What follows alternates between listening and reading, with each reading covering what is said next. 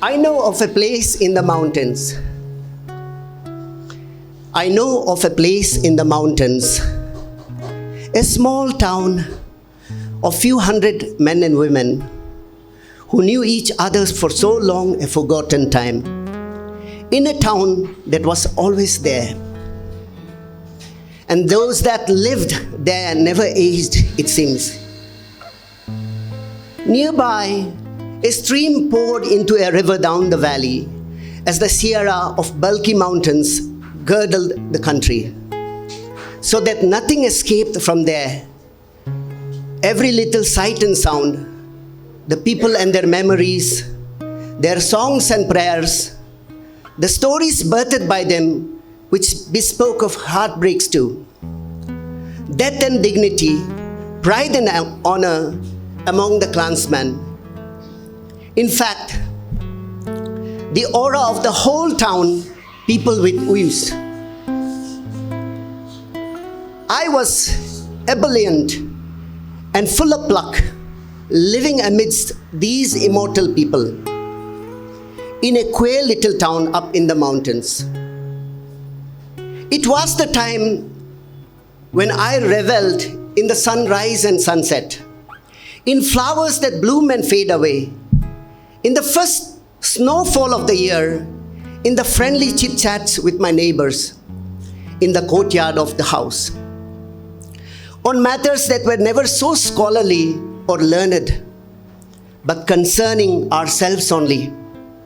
Some wedding in the family, the calf's injury after she fell from some height, the locust that ravaged the June fields, about the doctor who newly arrived, about the fallen woman who had eloped with an army man to the plains, the son who had left for a boarding school hesitatingly, the handsome Catholic priest who was baptizing people in the nearby villages, new and fanciful items sold by profiteers in the market,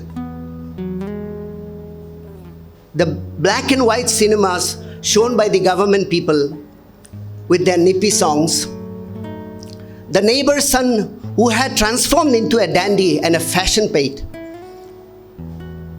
Back then, time was a commodity available for everyone, the rich and the poor alike.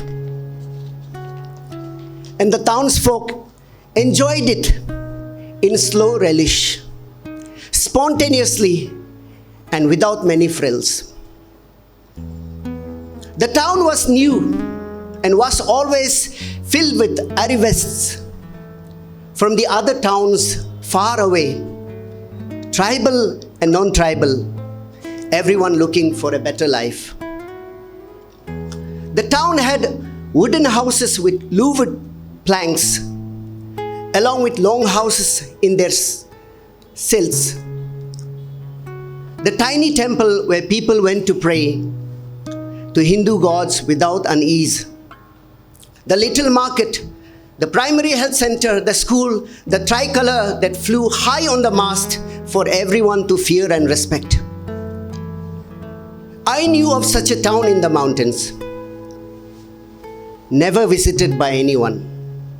A time never in existence now, with roads that will no longer take anyone there because the old dirt track is long gone, replaced by the wide modern roads of asphalt where SUVs now ply.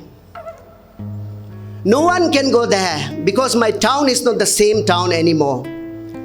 It has morphed into a nasty little shithole, inhabited by selfish and insensitive souls, for whom time runs out always, who are busy making money and chasing other impossible goals in life. It is not where the mother tongue is spoken with pride. The night sky with stars in their infinite numbers are there, but no one to behold them. Where is the time? In midwinter, the snowfields are thin and hardly visible as the jungles are felled to turn the weather warm and solicitous. The place I knew of in the mountains is long gone now.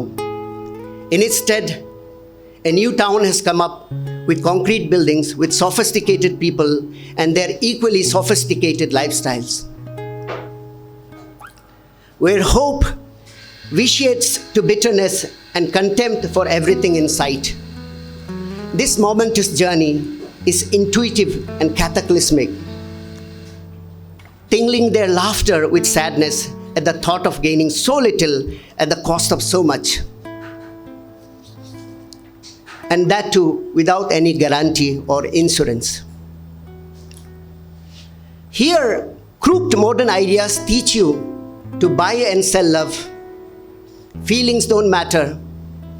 Strangers live next door and presume that the new skills they learn would help unlearn the past.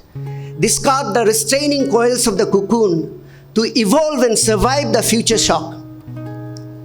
In the new town, there is so much party and fun. There is culture and civilization, politics and pornography, but it's no place for the people who used to live in my town up in the mountains.